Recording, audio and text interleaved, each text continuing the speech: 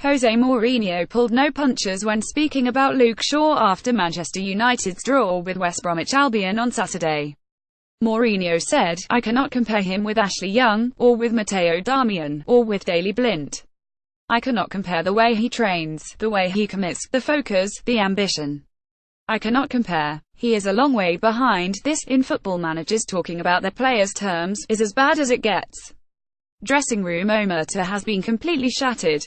Mourinho is all but calling Shaw unprofessional. Now, it is not the rights and wrongs of the comment that are the topic for discussion here.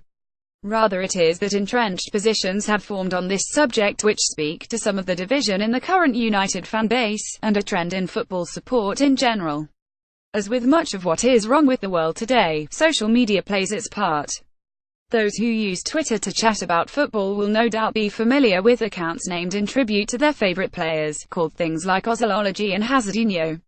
The phenomenon of supporting a player is distilled into its purest form in online discussions about Lionel Messi and Cristiano Ronaldo, which swiftly turn into a toxic mess of fandom.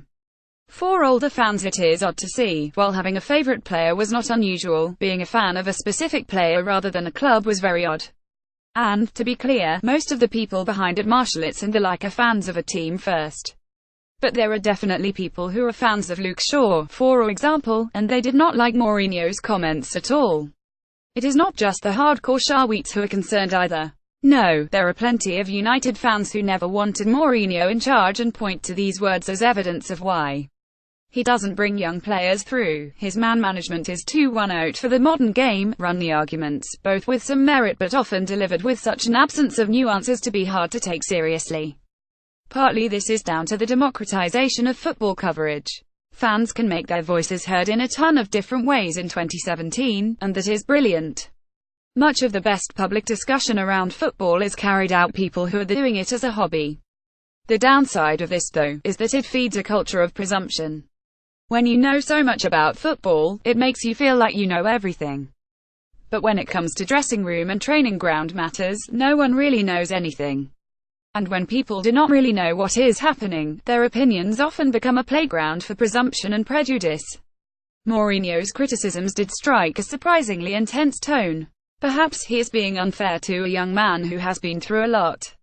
On the other hand, though, perhaps this is the end of a season-long line in which Shaw has simply not delivered, on the pitch or off it.